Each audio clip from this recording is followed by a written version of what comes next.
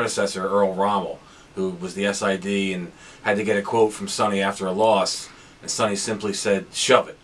Kids in college, you're young, it's your birthday, it's supposed to be a great day. So my roommate, second baseman, we're gonna take him out, it's his birthday. And I come back to the room and he's crying, devastated. Can't even talk to him. What's wrong? What's wrong? I've been cut.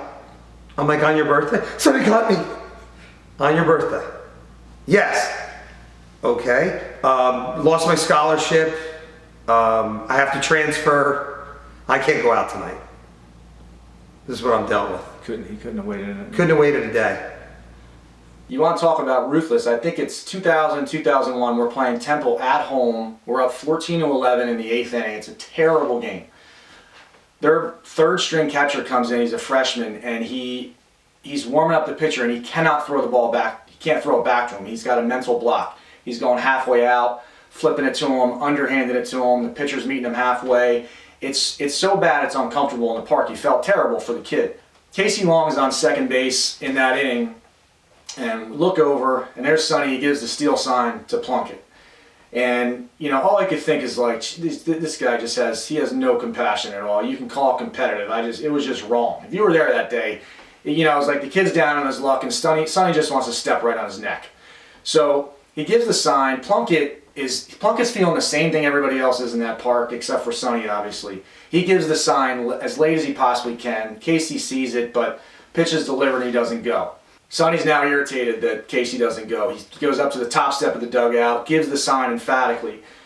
Plunkett has to give the sign to Casey. Pitcher goes into his delivery. Casey doesn't go again. As the ball hits the mitt, Sonny jumps out of the dugout and says, "Casey, run! I want you to see what the kid can't throw. Can't you see? He can't throw the ball. Run now. He's still got it. He's got Mackie Sash. He's got a mental block. Run!" I mean, if 35 guys could have crawled into a hole, that whole team would have crawled into a hole. Well, the biggest thing to overcome when Sonny retired was who was going to run the snack shack. Oh, I hated the snack shack. It was brutal. When I hear snack shack, first thing comes to my mind is the 15-second hot dog. I remember cooking the hot dog, and they wouldn't even cook. The water was like fucking brown. Wouldn't boil. Disgusting. It would never boil. Wouldn't boil. It's like, here you go, okay. I also don't think we've ever changed the water. I just remember the water sitting in there. I think sometimes we didn't even empty it out from one game to the next, and we just used the same water. The irony of it is Plunkett, the full-time assistant, is the health inspector for Mercer County. I mean, you're reading in the paper, he's shutting down restaurants left and right. Meanwhile, we got the snack shack. It's this germ vat cesspool of like half-cooked pork. We're sticking them in stale buns and selling them for $2 a pop. I mean, if you give one of those hot dogs to a freshman today, you'd be accused of hazing.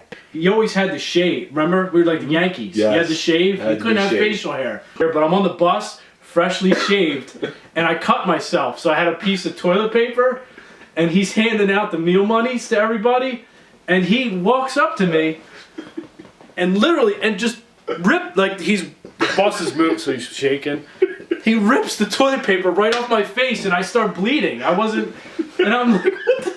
I look at Jared, I'm like, what is he doing? What is he doing? Why did he just do that? Just for no reason. He didn't even say anything. Just ripped it right off.